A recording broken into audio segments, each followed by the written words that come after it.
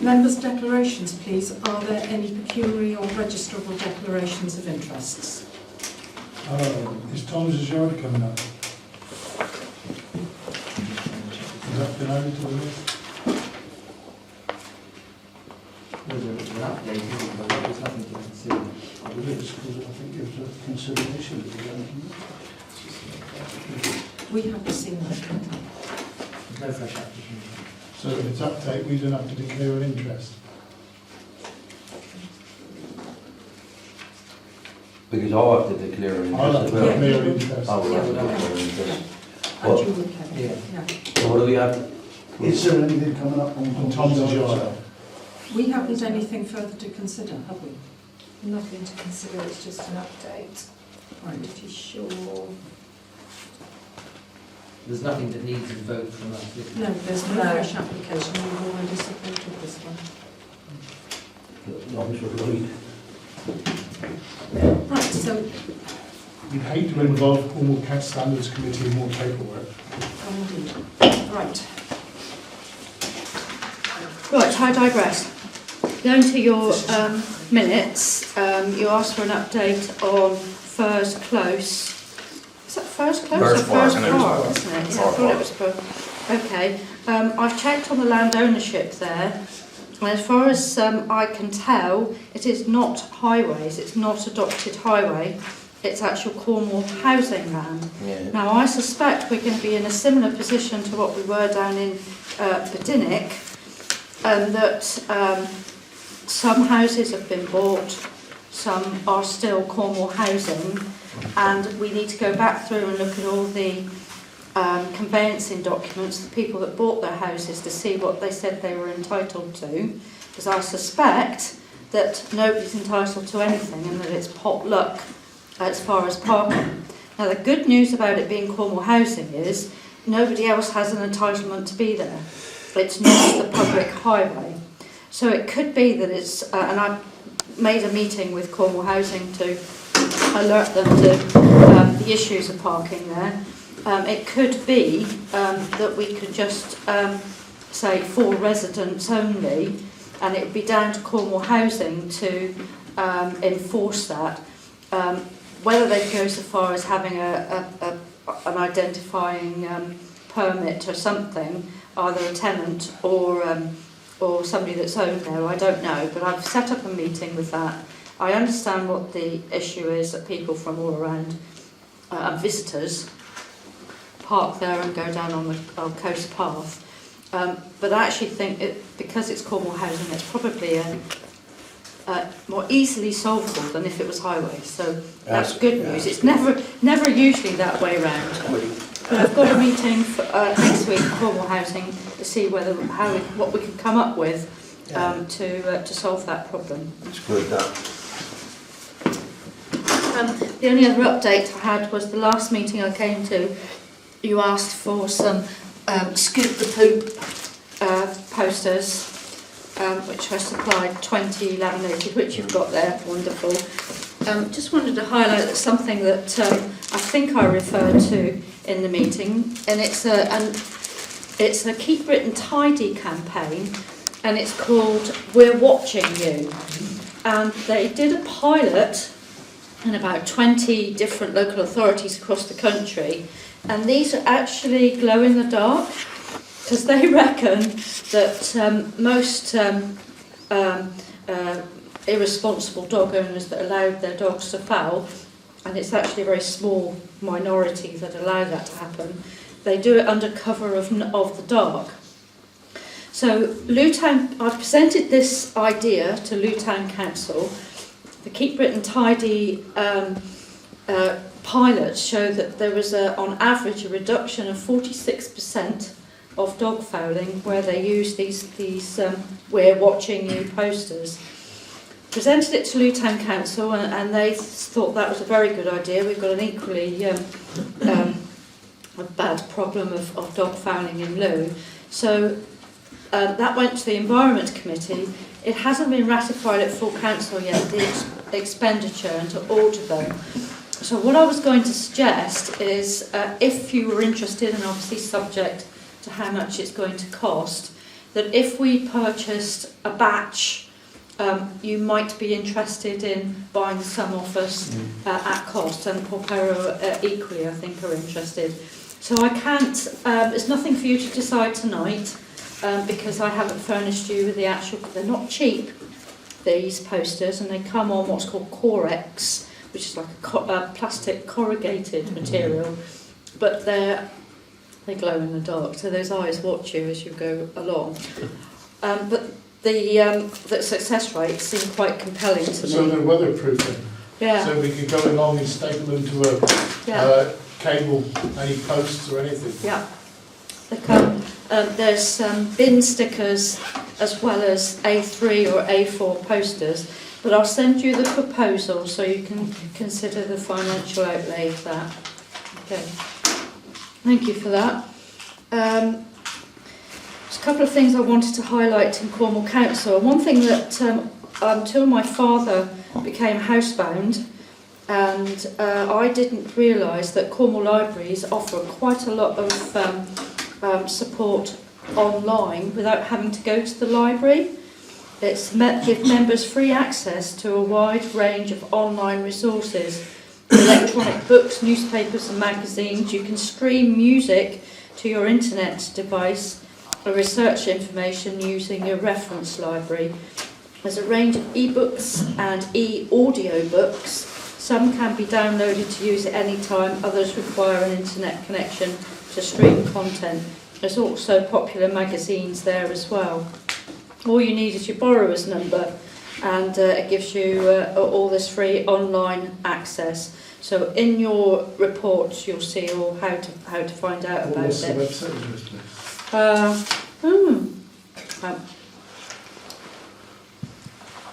Can't find it for the moment. I will make sure you get that. But I thought it was a really good service, and particularly for my father, who finds a difficulty in reading. His eyesight is not as good as it was. The e-books and the audio books were pretty good, and I didn't realise that they offered this service, so I thought that was really good. There was some hoo-ha in the media the other week about David Cameron saying that we had shed loads of reserves, and why weren't we using all these reserves rather than putting the council tax up by 1.97%, which was ratified last week. I won't go into all the detail, but you can read that. But essentially it was not true, and that we hold lots of money on behalf of other people that we can't touch. We hold £64 million that are for long-term repayments on PFIs like schools, etc, etc, etc. So the reserves that we actually have on £1 billion turnover was 44 million, I think. But you can read all the detail of that. I put this next bit in because I thought that Louise Dwelly would be here to talk about affordable housing contribution, because this is a change. The government have changed the rules on when a development has to make a contribution towards affordable housing. In the case of Bones Meadow, for example, under the new rules that came out on the 28th of November, they wouldn't have to have made any contribution to affordable housing. Because the threshold has been raised up to 10, and for places like rural areas or AONBs it's 5, as that one was 4, there wouldn't have been any contribution. I think this is absolutely madness. The council is mounting a sort of campaign of showing the impact. 26% of all planning applications at Cornwall are on sites that are 10 or fewer. So you could see it have a significant impact on our delivery of affordable homes, which is currently delivering about 1,000 a year. So if a quarter of those applications would no longer be eligible, that's quite significant. Interestingly, East Berkshire, not to get party political, but to show it's not a party political issue, which is a Conservative-run council, have mounted a judicial review against the Secretary of State, Eric Pickles, because they feel it would be disastrous for the delivery of affordable housing. And it's not just affordable housing, it's contribution to open space and educational contribution. So that is a bit sobering, really. On the local plan front, so I know this is something that communities feel quite exposed at the moment across Cornwall without a local plan in place. It has now formally been submitted to the Secretary of State, and we've had notification today about when the examination will take place. And interestingly, they're doing it in two parts. The first part is the important bit, and that's the headline number. Because without that headline number in place, we cannot demonstrate in Cornwall what's called a 5-year land supply. So only this week we lost an appeal with costs for development at Porth Pean because we couldn't demonstrate that we had this 5-year land supply. So the inspector's going to consider that first in May, so that hopefully will then start to turn around these significant appeal costs that we've been incurring, that's risen in the last 10 months from 40,000 to £500,000. £500,000. It's just not sustainable. So that's really the main things that are going on in Cornwall Council at the moment. The only thing I wanted to give you a verbal update on was Hall Walk, and an issue I have been corresponding with your chairman about the Bones Meadow development. They want to close the path along the bottom to build the path and put in the soakaway to that path. They need 8 weeks closure maximum with contingencies to do that work, and obviously that would mean that people would have to walk further around with a detour at Hall Walk. The good news is that Hall Walk, the heads of terms of agreement with the owners there has been agreed, and so the procurement process starts, and that takes 6 weeks. Then I believe that there is a 4-week they call mobilisation. So in theory, the work at Bones Meadow, if it started very, very shortly, should be finished before Hall Walk starts. Madam Chairman, can I ask a question of Councillor Hannaford, please? Regarding Bones Meadow footpath you've been talking about. Is this really? But you can. Well, that's if I can. You've got clearance from the various people concerned for Bones Meadow, for Gardener Associates to put in a soakaway along the footpath there. Now, we've been told that all the soakaways and everything on that building site is fully past planning and everybody's expectation, and that all soakaways and everything meets requirements. You're now giving them permission to construct soakaways over a public footpath. Now, since they put those Gabion baskets up, and I checked this morning, there is a 4-inch drain. Right on. I'll have to stop you because I really don't know what you're talking about. Well, on the all I footpath. do know is that the soakaways were agreed as part of the original planning application. It's not a new permission. This is what I'm referring to as permission to close the path for them to do the But work. before that close that path and everything, I would like inspectors with plans to go and see why a 4-inch drain is being connected to a public footpath. I'm afraid I can't answer because I don't know what you're talking That about. is true. Draining out of Gabions from soakaways. Well, I can't answer because I don't know And the if they're going details. to if they're going to fix these soakaways and install them correctly. Well, there wasn't a soakaway on the path. No, There's never no, been no, a soakaway on the No, path. but That's this new. this 4-inch drain could drain out straight across a public footpath into an elderly person's garden. I think I Garden. need to stop this there. You will need to take this up directly with Cornwall Council. Yeah. Well, I've referred it all to the council's hydrologist, Dr. Dave Watkins, and I've forwarded round, I don't know whether all members got that, a link to a sustainable urban drainage policy. Everything has been passed as being fine. So if you've got evidence, then I suggest you forward it to Planning Authority. Yes, please. Thank you. I was happy to take any other questions. Yes, are there any other questions? Okay. Yes, please. I'd like to respond to the written article in the Polruan News dated February 2015, which incorrectly reported a number of facts relating to my statement which regarded Bones Meadow, and it was not a complaint, as they'd reported, to the Parish Council in the January 2015 meeting. In that statement, I stated that I represented the still concerned residents of Meadow Walk and Close, and those residents live at number 4 and 5 Meadow Walk, and I also speak on behalf of the owners of numbers 7, 8, 10 and 24.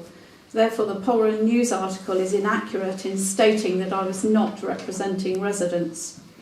I stated that we were pleased that the Council were investigating the adherence to Planning Condition 5 regarding the facility of vehicles to enter and turn on site. I stated that I have photographic evidence of 5+ vehicles regularly being parked along Meadow Close, and I know that the owners of numbers 10, 11 and 12 have had issues of visibility when trying to leave their drives. Currently, the residents of number 10 have put small cones at the entrance of their garage drive as markers to make the drivers of the works vehicles aware that the drive is in frequent use, especially important as their daughter has specific medical needs and may be in need of emergency professional medical assistance. My statement was and is not an exaggeration for effect, and the photographs prove that. Once again, an inaccuracy in the reporting presented in Polruan News, and in fact today there were 6 vehicles all day. I stated that we were disappointed that there was no transparency when it came to building control reports, and that we presumed that Cornwall Planning were unable to view the reports either. The point was missed entirely by Polruan News. We feel that a developer appointing a private company for building control doesn't seem the best general policy, with the County Planning Department having given permission, then having no overview on how a development is progressing. We do not doubt the professionalism of the company, as their reputation depends on their accuracy and advice to developers.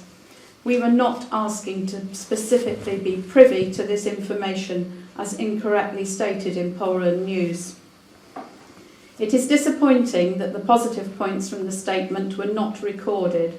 For example, that we were pleased that despite poor weather, the developers had not dragged any mud along Meadow Close or Greenbank, and we are grateful for that. The Polruan News, its identityless editor, reporter, has misrepresented my statement. I'm not in the habit of telling lies, which is what you are inferring in the reporting, and so I expect a full public apology and correction of the article published online and on paper with immediate effect. Subject to the Polruan News, Lynn Bartlett phoned me before the meeting to express her concern at the item she's just referred to. And I explained to her that the Council has, as a matter of practice, ignored Polruan News. We've gone along with the fiction that although the author and publisher claims to be anonymous, it is obviously produced by the former clerk who is embittered at having been sacked, and he's doing all he can to discredit the Council, probably aided and abetted by a former councillor who failed to get re-elected. I did have a look at the latest edition in view of Lynn's comments, and I found the article on damages paid to councillor Fisher, which was discussed at the last meeting, being nothing short of breathtaking in its hypocrisy. We usually ignore the rubbish, lies and bias in the reports, but this is so egregious that I think it should be corrected. It can only have been written by Mr. Charman himself, as it recites the version of events he gave to the disciplinary hearing prior to him being sacked. In the penultimate paragraph before the statement part, the question is asked, do we want our parish councillors to mislead us and not give the public all relevant information? Well, assuming that the answer to that question is no, then it is right to explain to the public, as all members of this council are aware, the disciplinary panel found that Mr. Charman's mishandling of that contract amounted to gross misconduct and was one of the reasons the council would not reinstate him after he had been dismissed. And of course that finding was supported by the appeal panel, independently appointed. Now, I think therefore we should have an item on the next agenda specifically to discuss the implications of this item in Polruan News, because there are serious ramifications.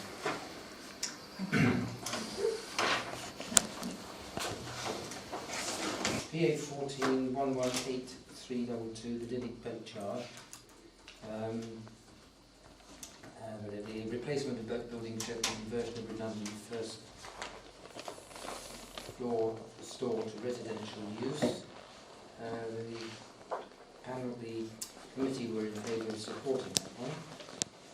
The second was PA 150038 18 Meadows Close. Alterations and additions to existing dwelling, including 3-storey extension of side, conservatory extension of rear, replacement porch and some external cladding. Again, they wanted to support that one. Lanteglos Bay car park foyer, reversing of consent for the sighting visibility threshold sign and the welcome orientation sign. Support that one. PA 15000655 Lanteglos Bay car park foyer, advert consent for the sighting the visibility threshold sign and welcome and orientation sign. Support that, subject to being satisfied that the plans are slightly misleading and there was no intention to put the notice in the middle of the road. And finally, PA 150061 Chivanda to Chapel Lane, Polruan, proposed loft conversion and general refurbishment.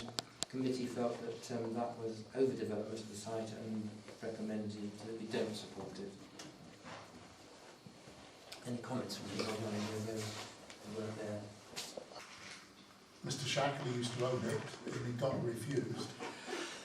However, I do think we should support it, really, because it's employment for people. It's part of our heritage of boat building, and if you look up and down the river, every boat building yard since Mr. Truman and I, Mr. Kelly were children on this harbour, they've all been turned into residential accommodation. And that is one of the few boatyards left on the river, That ain't. which is still building genuine handcrafted boats. So accommodation for an owner or an employee, as was granted to Tom's yard to convert the sail loft, I should think we should support. Proposing that, John? Well, yes, I propose it. Anybody else want to add to that? No, I think what you said, John's hit the nail on the head. Right, so we have a proposer, seconder please. Right, show of hands please to support this application. Any abstentions? Nobody against? One abstention. Thank you. PA 150081 Meadow Close, any other comments on that? You happy to support that? Well, apart from being such a grandiose development. But then again, you look at Bones Meadow and what objections can you have, really? I think we considered that point, John. Are you happy to support that? Oh, yes, this is a fait accompli. Will you support it? Yes. In that case. You support it. So is that who is proposing? I'll let somebody else propose it, I think. Yes. Chairman, I Okay. propose it. Right, thank you. Seconder, show of hands please. Thank you. Right. The 2 road signs, can we take those 2 together, subject to the comment we made? All in favour of those? Fully support. I think they would be advantageous to the tourist industry and the National Trust. Yeah, as long as we don't have them in the middle of the road. That's right. Okay. And finally, PA 150061 Chivanda. General. Yes, Sorry. we do need a proposal and a seconder for those 2 signs. Sorry. Right, and we've got Councillor Shackley and Councillor Adams. Show of hands, please. Thank you. And again. Thank you. You keep fit, fans. With the reservation on Lanteglos Bay. And finally, PA 150061 Chivanda. Recommend that we don't support that one. Well, I think if they ever come back with it, I think they've got to really be clear on what they're doing, because the drawings don't look actually detailed, and you could say the Juliet balcony, when you look at it, could exceed the boundaries, its curtilage, with its supports, because the drawings are that, they're not precise. We really need A3 drawings. The neighbours in the surrounding area are concerned at the moment. There's water runoff and damp problems, and they think a new roof would overcome these problems. However, when you look at the plans and go through them, it looks like a major reconstruction job where the building will be reduced to 3 walls within a conservation area, because the roof got to be totally rebuilt. The wall facing the harbour with the Juliet balcony is obviously got to be taken away. And so then that gives site management, people walking up and down, driving up and down Chapel Lane with scaffolding, and full site management detailed plans. How they're going to run the site with safety. So are you supporting the recommendation to refuse? So I refuse it. You support the recommendation to refuse? Yes. Thank you. Opposition? Propose that? Yeah, thank you. Show of hands, please. Thank you. Who proposed? John. Who seconded? Yeah. Thank you. Thank you. Thank you. Now, planning enforcement, this is just to update you on EN 15 0062. This was the breach of condition number 5 on a decision notice, Meadow Walk. It's namely a turning area for a vehicle shall be formed. This has been visited by Sarah Jane Cage, the development officer. She has investigated it. And what she has found is that due to the steepness of the site and the amount of excavation that was needful to take place in order to comply with condition 5, it was not possible to achieve this outcome without engineering works taking place on the site.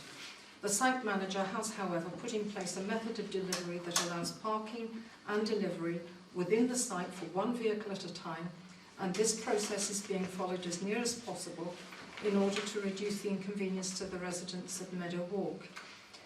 The developer has given me a timetable of the end of March 2015 for the completion of the turning and parking area within the site. She will monitor this date for compliance. In the circumstances, it is considered that it is not expedient to take further action when an agreed timetable has been given for the completion of the outstanding condition, and as such, the case is now closed. Can we speak on this, please, Madam Chairman? Yes? Right then, I think Cornwall County Council, the enforcement officer, I can't put it in a polite way really because that's not the name of my game. I think she speaks for a forked tongue, or either she doesn't understand the original planning conditions given out by Phil Mason, Head of Planning, dated 31st of July 2013. All I can say is what she did, and she has looked at it, and the matter is now closed. Well, do County Council uphold their planning conditions? Because planning 5, if I may read it out please, We know what's there. and also planning condition 6, to do with the gradient of the road, it tells them the gradient of the road's got to be constructed before anything's carried out. Yes, it's actually working on the site, but they found that they are not actually able to do that. You know, Because this is what she says quite clearly in this letter. why Have you do- seen the letter? I've seen this letter, I've seen the draft, and to be quite honest, why do County Council put down these conditions that they will not enforce or will not attempt to enforce? Because this site has never come to grips with communicating with this council as a whole for the whole of the time scale. It's taken from the time we met up the fire station, everything that's gone on, they haven't complied with. They've just looked at it and gone ahead and done it. You know, me as a councillor, I'm not satisfied with Cornwall County Council's standards and what we discussed with gardener partnerships at the beginning of this construction period. It was not possible to comply with 5, and it shouldn't have been imposed in the first place. Nor 6 Yeah. and What 7. about 6 and, well, what about 6 and 7 then? I can't tell you about that because this is all this one refers to. So we got 6 and 7 here and they You may well comply have to that on any of there. them. That is what I'm talking about at the moment, because they've- that is what is on the agenda. But they've actually, That will have to be another agenda item. Thank you. well, I think we're being snowballed out of it, sorry. Yeah, the whole lot's been worked on. Sorry, It is, I would like you to come in, please, Councillor Hanford. I'm not sure what 6 and 7 refers to, but if you turning believe, areas and storage areas, well, if you etc. believe that they're in breach, then you need to open a new enforcement This case. was conditions before they actually should have started work. Well, if you feel that they're not fulfilling them, then you must. Why We- wasn't this put in before then? Why We, wasn't we it put have first? actually stated this time and time again. So why is only This is part of five? it. Why is only 5 being referred to then? Don't ask me. So that I wasn't in the meeting, Well, so no, We're and not invited to the meetings. I didn't go to a meeting, I didn't know. well, there's only one meeting that I went to with the chair and vice chair We're not 2 invited. weeks ago. Well, I think the chair will have to answer that You one. know, If you feel that all the 6 and 7 haven't been complied with, then you must put in a formal complaint. have you read 6 to 7 at all? I can't remember what they are. No. Well, we leave the copy. But if you feel there's been a breach of condition, then you must complain about it. But also that drags in, does the enforcement officer have this document in her hand when she attended this meeting? You know, this She goes was back only to the asked, council. the complaint was about number 5, which she's dealt with. She's saying she couldn't comply with it. But 6 and 7, I don't know what they are. But if you feel that they have been breached, then you must make a complaint about that. I don't know who made the original complaint, but it's no good showing me. No, I'll give you the document, you can take You that must down. you must make a complaint if you feel that they've been in breach. 5 has been dealt with. So that should have been complied with in the first place and reapplied to all of the conditions, surely. So, It's come back to us over a have you year got ago. evidence that the gradient of the estate road must be 5 metres back from the highway? That's 6. And what it, makes and you it think should it's be the not? gradient of 1 in 20. What makes? But it hasn't been constructed yet, has it? It should have been before It states started. there But that they they should can't have do constructed the it road. because of 5. They should have constructed the road. But they can't do it because it's totally impractical on the site. Well, That's why- what the letter says. Why did all this get brought up at the very When they- beginning? When they originally done it. Because I don't think they realised they couldn't do it until the complaint was made. So what they've had to do is a workaround. Yes. You know, it really is not satisfactory at all because people just Right, try I think we need to make it, it.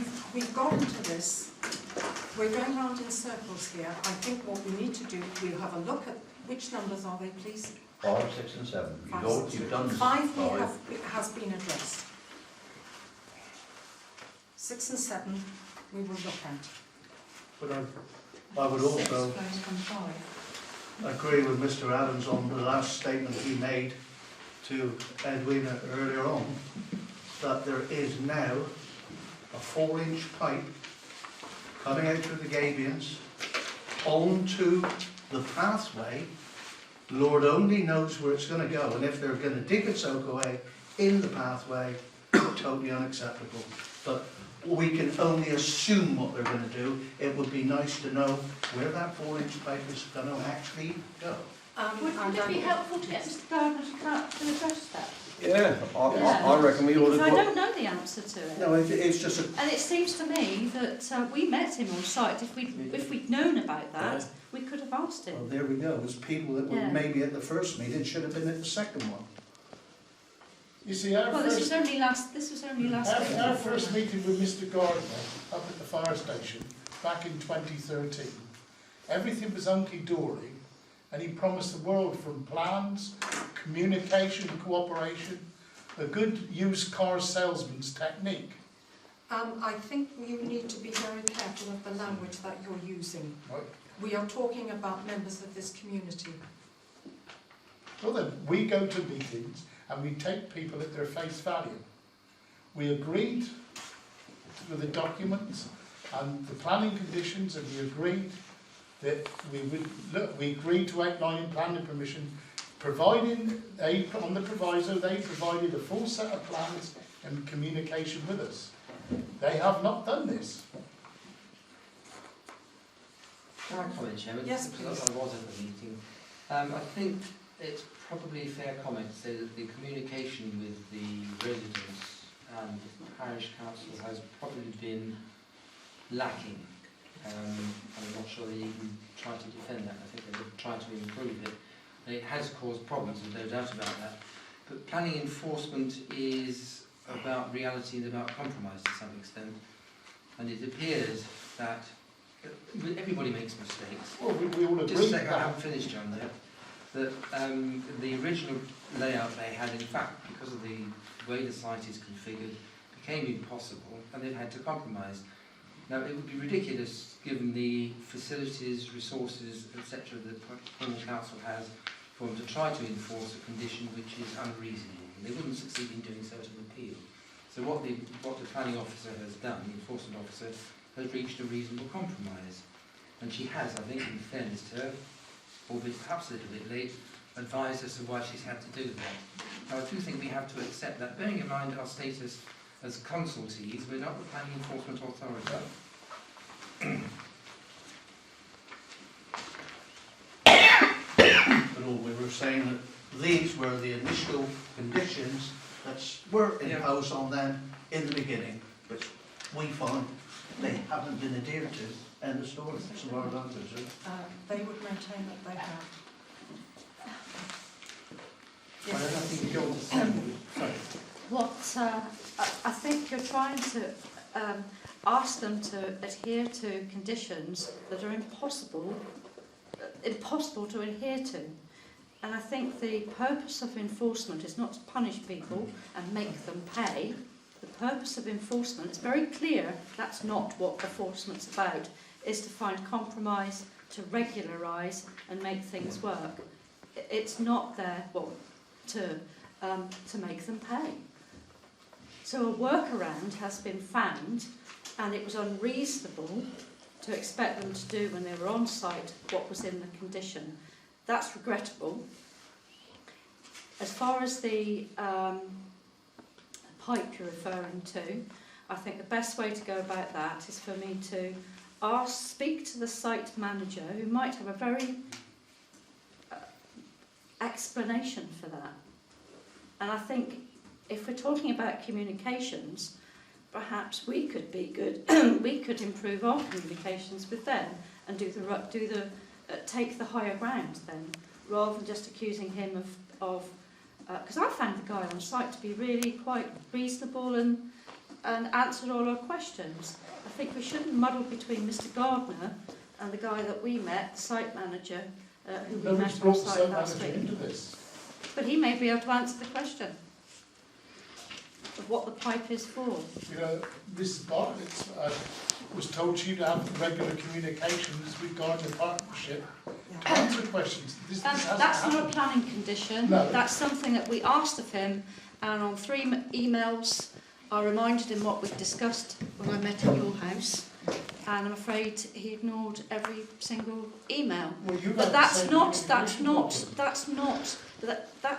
to say that we can't open lines of communications with the site manager to find out what that pipe is along the pathway. Yeah. All right. Mr. Gardner he didn't have to talk to you, No.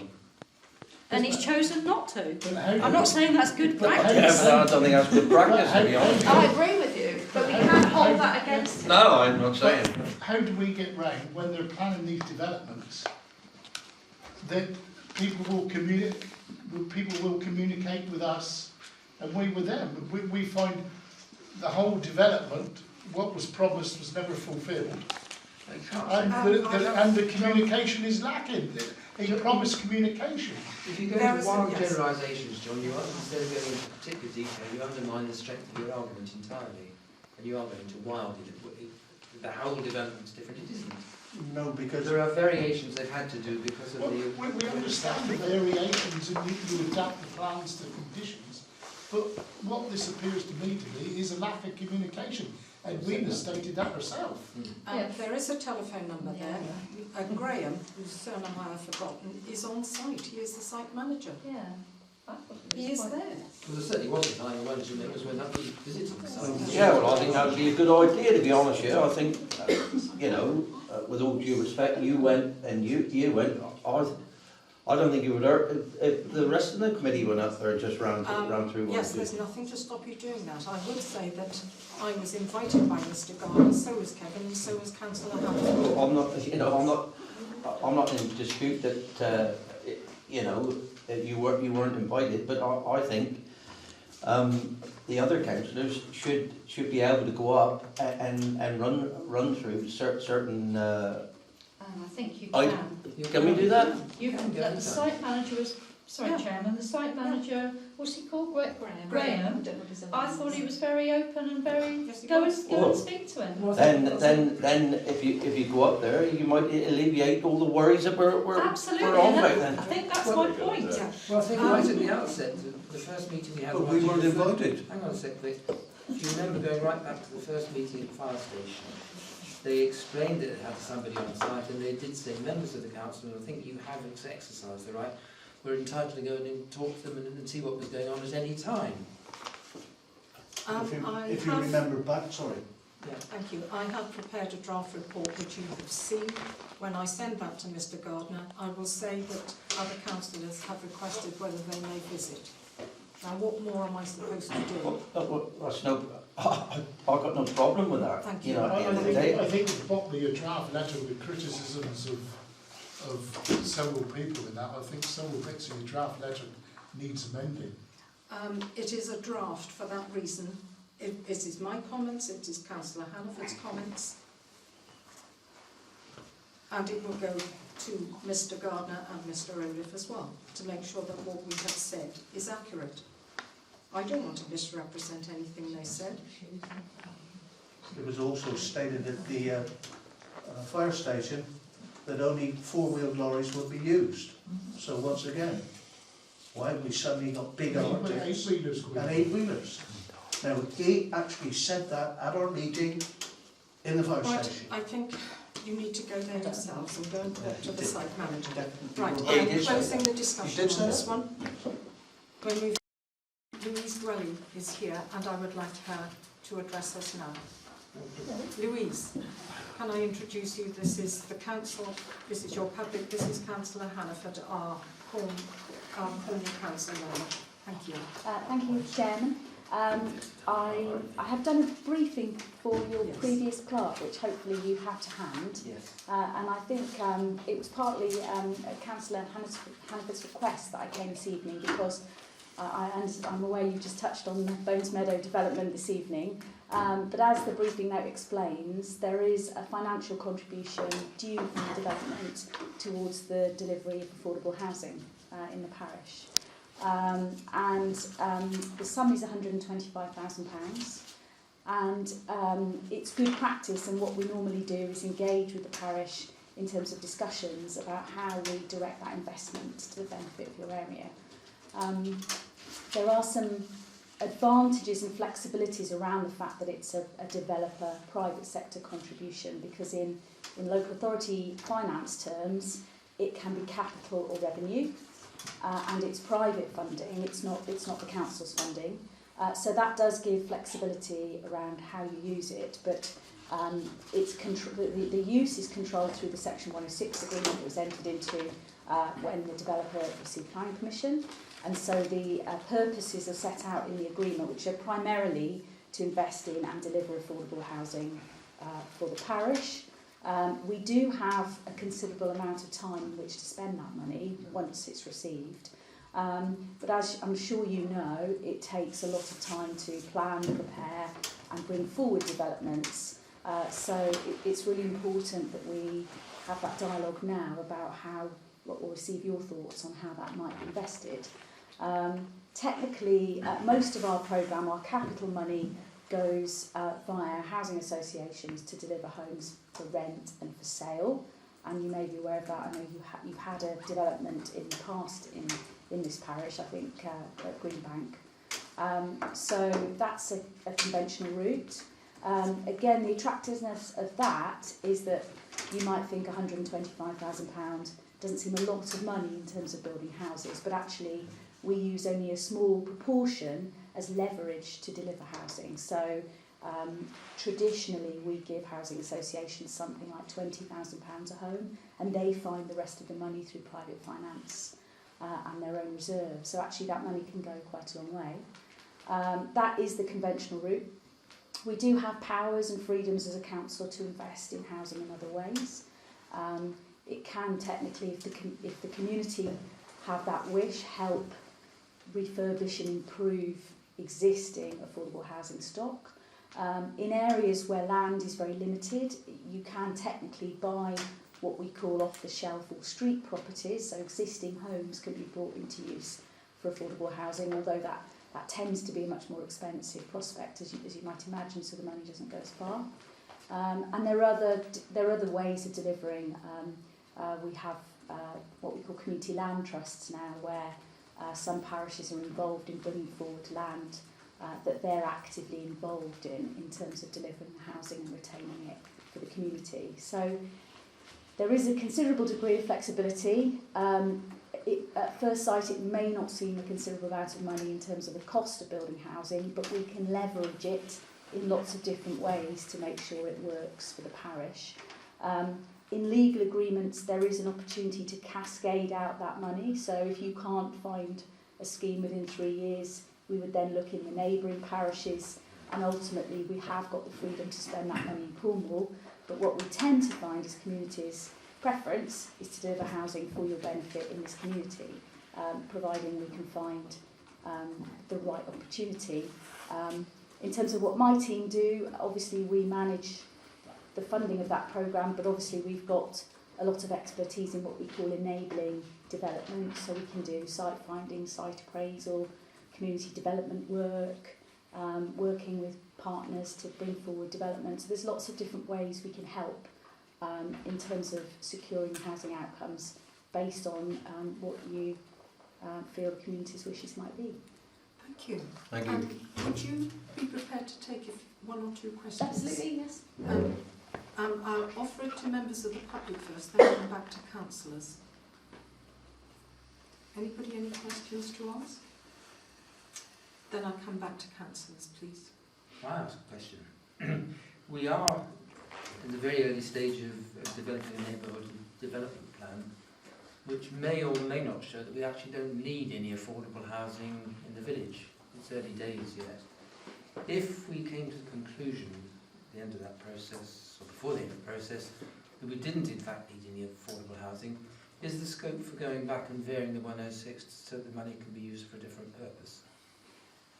Because one of the things, sorry, I should have finished, one of the things we could do, and we tried to instigate about a year ago, was more recreational land for the kids, particularly those who've gone up at the new estate. I mean, without wanting to cut across your neighbourhood plan process, it's not usual for the neighbourhood plan itself to conclude that you don't need affordable housing. What the neighbourhood plan would do is draw on ways to collect information and look at data we already have. So we already have households on the Home Choice Register with a local connection with your parish looking for housing for rent. What we sometimes do in other places, sometimes alongside the neighbourhood plan, sometimes independently, is we've done online surveys now for people who can register if they're looking for housing to buy or to rent. We can do straightforward paper surveys, we've done surgeries. So we tend to work with communities to get a better handle on what your housing needs are if you want that to inform your neighbourhood plan. Neighbourhood plans on their own, what our experience is, obviously they don't necessarily assess housing on their own. So we've got some evidence of people in need now, but if as a community you didn't want to provide affordable housing, then we would be in a slight difficulty, because the reason the council has affordable housing policies is because based on housing need, we expect developers to provide an element of their houses as affordable housing.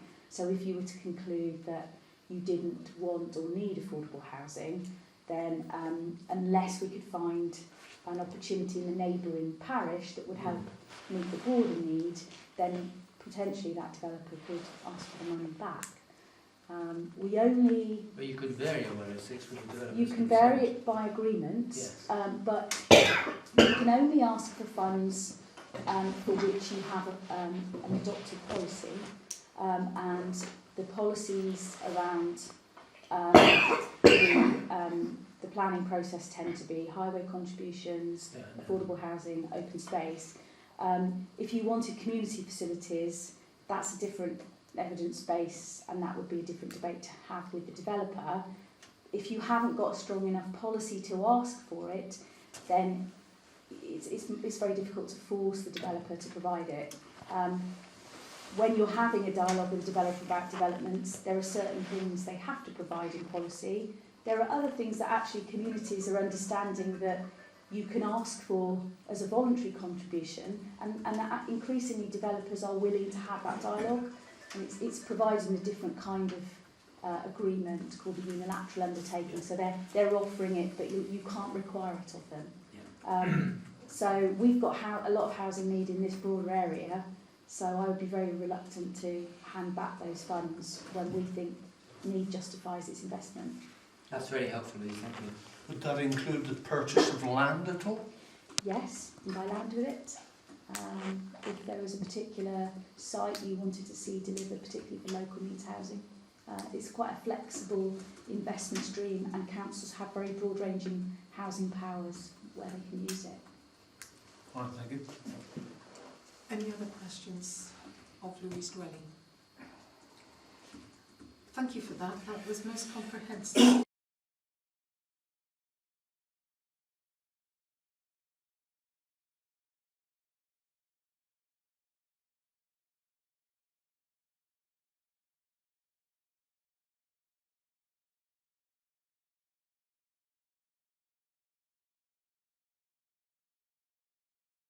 The key public conveniences. We have a draft letter from Stephen Foster about this. You have all received copies of that. Please remember it is draft because he has not had the information that he needs from South West Water. And I have to say that the Town Trust has been instrumental in enabling him to get this far. The sticking point seems to be who is going to admit ownership of the actual building. Until we have that, as the county solicitor has pointed out, no one is in a position to insure it properly. We can't do that unless we know who that building belongs to.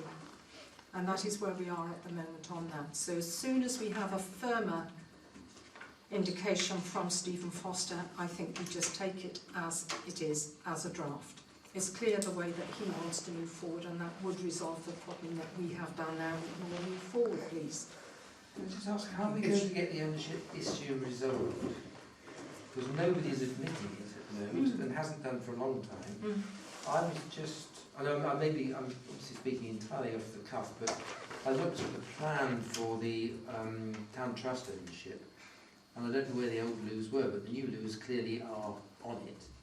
And since 1925, the Law of Property Act, it's been a principle of English law that he who owns the land owns the buildings on it and the mineral rights underneath it, unless accepted.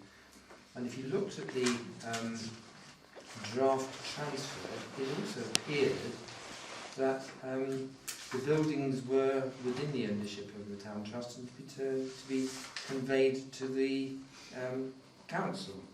So there was a presumption, it's only a presumption, that the building is in fact owned by the Town Trust. So I just wonder how we're going to resolve that. Perhaps we can talk to the Town Trust about it later on, can we? Who actually gave permission for it to be built on the gate itself? Is there any? So someone must have gave. You'd have to ask, I think, Mr. Brickle. He's like the oldest living resident. No, but the latest toilets, I'm just wondering, there must have been someone to give the go-ahead to build on the quay itself. I don't know. The only way to do is to look at the archive. Oh, Chairman, I did ask Cornwall Council to look back through all their records, and I happen to know an employee who works in Democratic Services who's been there for a long time, and he went through the basement back to he couldn't find any reference in the sort of years that I gave him, sort of 80s, 90s. He couldn't find anything. It was like a bit of a needle in a haystack, or whether even planning permission was required. Nothing was found, but we did try to look from the planning perspective, but couldn't find anything. So we have to wait. and see what the response is from South Because West. one way you can narrow it down is with Isabel's history, because she got photos of the quay, and a lot of photos of Pole Ruin you can date with the buildings. So if you look at photographs of Pole Ruin Quay 1925 and start building up into decades, you could probably get it down to within 5 years. Will that help you with ownership? I don't think that helps. Well, that would, well, the Pole Ruin Quay, from what I believe of that document, up until the time South West Border decided to have the Clean Sweep programme, the town trust owned the whole of the quay. Is that not right, still? It's set out quite clearly in there where we are. We are Yeah. where we are with this one, we just have to wait. Because it, I was quite interested to see that we've now even got the Harbour Commission involved as well. Well, yes, the Harbour Commissioner. So, When the Harbour Commission took on the Clean Sweep, they issued a document, which they should still have a copy, which was a legal document between South West Water and the Harbour Commissioners, of which I used to have a copy, and it was called the Fundus in the foreshore. And it detailed the fundus being the seabed and the foreshore being up to the high water mark. It detailed the riparian owners, i.e. like over the Yacht Club beach, over Beryl's Yard. It detailed the whole of Pont Creek, of which Mr. Shackley is owner of several pieces. The reason why I kept the document is because we was having trouble with a certain owner up Pont Creek digging bait, and which we've dug bait up there all our lives. And on this document, the fundus and the foreshore, they even laid out the bait digging rights. And it's quite a comprehensive document. Ask Mr. Doug. You've got this document. I've got to search for it. I did have one of them, but I'm sure there should be a copy over for the Harbour. That's shown land ownership. Still don't. That's shown ownership. It shows ownership of every piece of land all the way up to Losswood Bridge. right, thank you for that. Then in the meanwhile, we wait to see what Stephen Foster comes back with. Thank you. Right, where am I? The War Memorial Committee. John, has the committee met? The chairman's kindly Yes. attended the meeting.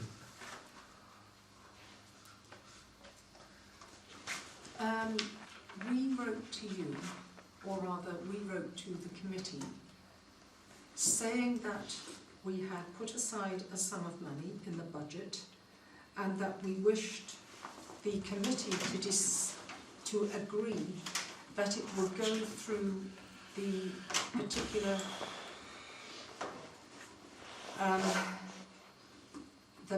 company that was doing work but had not produced a detailed enough quotation. They hadn't actually made a site visit.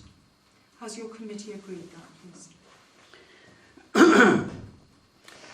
You're talking about Heritage Limited. Yes.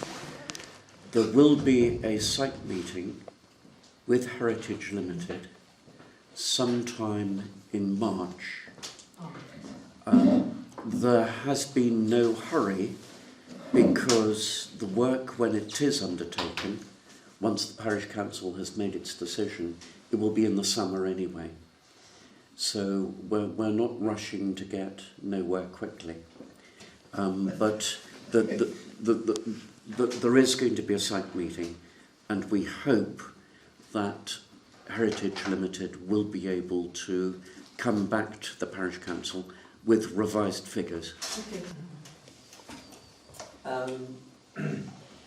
I have phoned South West Water Customer Care Department twice a week for the last 3 weeks.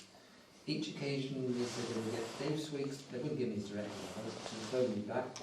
The last phone call was this morning, they said, yes, we know you've got a meeting tonight, we'll get him to phone you today, and he hasn't. So I've got no news on that, but I'm afraid I'm very sorry about it. I will keep pursuing them. Thank you. And that's all 3 items under the key It is, lighting? yes. Yeah, thank you. Right, the neighbourhood development plan then, please. Right, we need a new date for that, and I've got a bit more time to put some work into it. We've also had, which I think we might be able to adopt, a very useful questionnaire, so some of the work has been done by Ford. So we need ample time to prepare for it, ample time to give notice.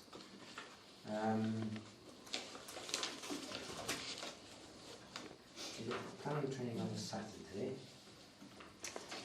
This was the document I circulated that It was, I have yeah. issued already. Yeah. So not reinventing the wheel, we might be able to adapt Saves us a that. bit of work. Yeah. It doesn't really. Yeah. And that update on the 106 was quite useful as well. Yes, it was. So we'll need probably 2 weeks, a couple of days to get a notice up, and at least a week, 2 weeks I suppose notice for people to be able to attend, so we'll be looking for, say, not till that week, about the week beginning the 16th of March. Right. Would Monday the 16th be a good day? Not going rehearsals, choir, I won't be here, but you can get on without me, can't you? I don't know. Shall we go for Monday the 16th? Right. Yep, okay. The telephone box, the defibrillator, we have heard nothing more, have we? Have we heard about the box? We have now adopted the box Right. for £1. Yeah. As far as the defibrillator itself is concerned, or defibrillators, if I can find my bit of paper.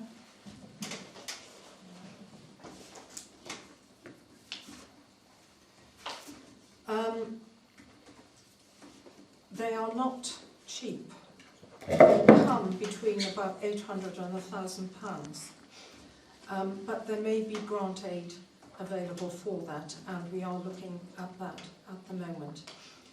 We need to have one that's fully automatic. It would need to have a weatherproof, vandal-proof casing, and it would entail training for a group of interested people, and then also to select a location that's well lit and easily accessed. Now, we've already talked about the possibility of Badinnick.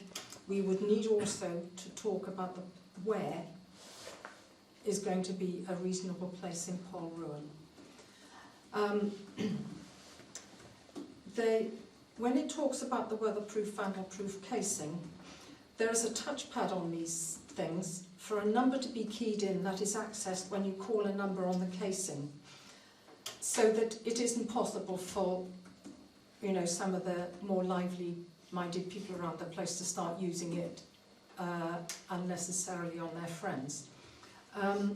They do need servicing, and the masks need replacing each time after use.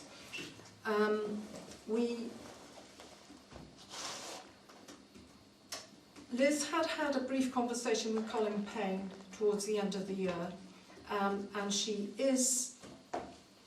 they are hopeful that they are going to have to purchase one to support the fire brigade's bid to have a first responder. And we know that, because David Hill mentioned it to Councillor Jolliffe, that there is a possibility of accessing grant aid towards this. So that's what we're looking at the moment. There are other places besides that. So thank you. That's where we are on that. Moving forward slowly. Thank you. Frogmore.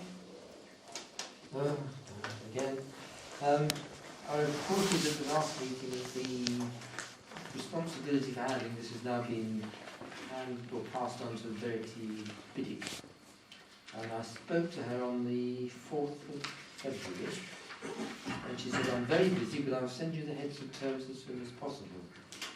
Like South West Water, I have phoned her twice a week for the past 3 weeks, including this morning, saying we have a meeting tonight, and it would be embarrassing to have to say I haven't heard a sausage from you, but I haven't. Well, I'll keep at it. Thank you. Sky Harbour Commission in Pelmarlin, nothing further to consider now.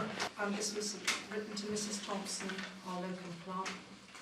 The Polruan Village Hall Management Committee eventually received your communication on the 26th of November with respect to the Village Hall accounts following a delay as the letter was incorrectly addressed. The future reference the Village Hall Secretary is Mrs Sonia Smith. The committee has now had the opportunity of considering the report from Councillor Francis and would respond to the 2 requested items below. Before that, we would correct certain items from the report. The original hall was built by the Conservative and Unionist Association as soon as the land was obtained. The foundation stone and articles displayed in the wall note this situation. The reason for the mortgage taken by the Diocesan Board in 1985 is not known by this committee, but it was certainly not to build the hall, which had been in place for over 70 years by that time. The report states that the function of the custodian trustee is simply to hold the property. This is not the case. According to the Charity Commission's operating guidelines, the custodian trustee has a duty to concur in and perform all lawful acts necessary to enable the managing trustees to administer the charity efficiently. The accounts for 2014. They were produced in a format that is considered to be more straightforward and were approved by our management committee. It shows pence as every penny counts for the village hall, as we have to work hard to raise monies. We will continue to use this format. The accounts were submitted to the Charity Commission in line with their requirements. They were completely satisfied with both the format and the content. These were accepted by them in July 2014. Appointment of the independent examiner. The preamble is, as the income for the village hall committee is under 25,000. The Village Hall Management Committee has contacted the Charity Commission with a view to the points raised in Councillor Francis's report. We are pleased to be able to inform you that A. There is no requirement for the Village Hall to have accounts examined by any external party, and the reference is C1 Charity Commission's Independent Examination of Charity Accounts Examiner's Guide 2012. B. If we should decide to continue to have our accounts examined, the Charity Commission would have no objection to the relationships that exist between Mr. Charman and other members of the committee. Reference section C3, Charity Commission's Independent Examination of Charity Accounts Examiner's Guide 2012. Finally, the committee would like to comment that we are a small community with lots of different organisations, some official and some voluntary, and it is to the benefit to the community that we all work positively and constructively together. Polrow Management Committee, 28th of January 2015. Is it possible to have a list of the up-to-date list of management trustees, please, and who is on the committee, and is there a difference?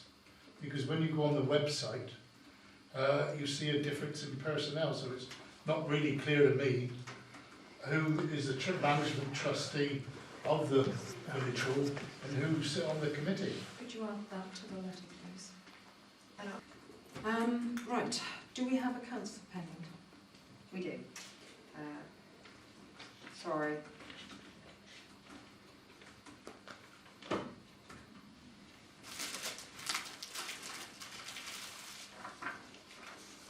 Thank you. Oh, sorry.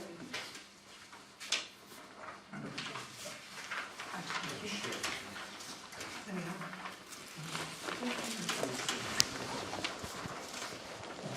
Right.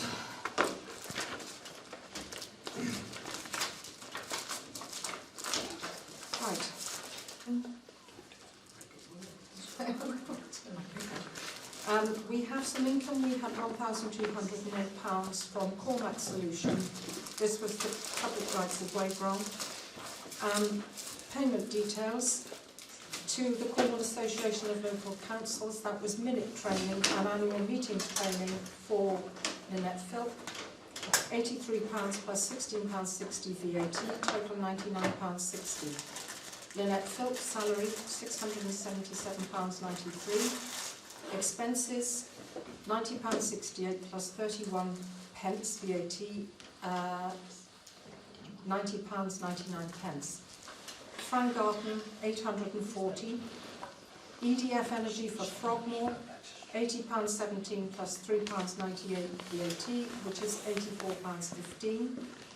South West Water Frogmore, £62.21. South West Water, Polrow and Car Park, £255.10, making a total of £2,109.98.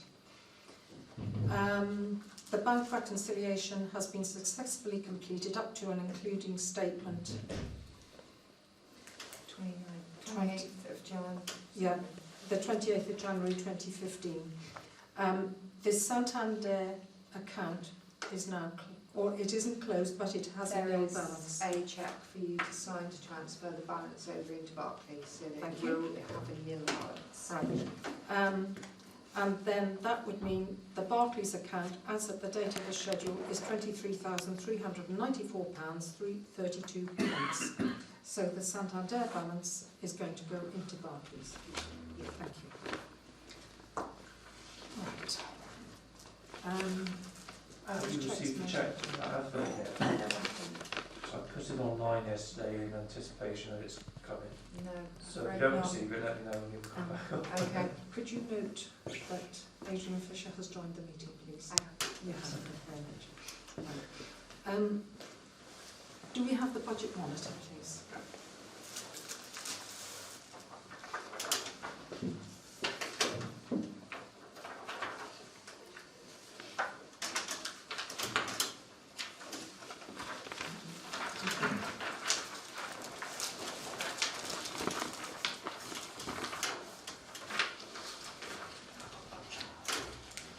Is there anything particular I need to say about this? There are two outstanding FOI requests, both from Keith Charman. One relates to an application to see correspondence between the council and its solicitors during the course of the disciplinary process. We said that it was covered by legal privilege, which is a fairly basic fundamental point. And I've spoken to the commissioners about that. They haven't issued their letter yet, but they say that the application, the appeal to them will be refused. They had actually already refused an identical request made to Cornwall Council for the same information and asked Mr Charman to withdraw it, but he had withdrawn the second one, but he hasn't. So that will be coming to us very shortly. The second one relates to application submitted ages ago for him and Mr Ackerman to have a look at the accounts. That was subject to quite a lot of correspondence between Ian and Mulcreast, and I think Gillian didn't really want to get involved, which is why I've been trying to help out on council's behalf, because as you understand, between council, it's certainly not fair to ask Minette to do it at the moment. I wrote to Mr Charman a while ago, saying if you let me know exactly what documents he wants to see, we can arrange to bring them for him to see prior to a meeting, and he can bring whoever he likes with him. His response to that was that it's nothing to do with me, I can't write to him on in FOI matters. Fortunately, the Commissioner hasn't taken the same view, but we haven't got the outcome of that one yet, so I think I will be writing to him saying he has been offered the opportunity to see all the documents he wants. They can come here and examine them with Martin Ackman or anybody else. Therefore, I don't really see the need for an FOI request. So I'll keep you updated and see what that one comes to. Thank you. Right. We are now going to move into closed session in view of the special confidential nature of the business about to be transacted concerning quotations and staffing matters. It is advisable in the public interest that the press and public be excluded, and they are instructed to withdraw. I would like to thank you for your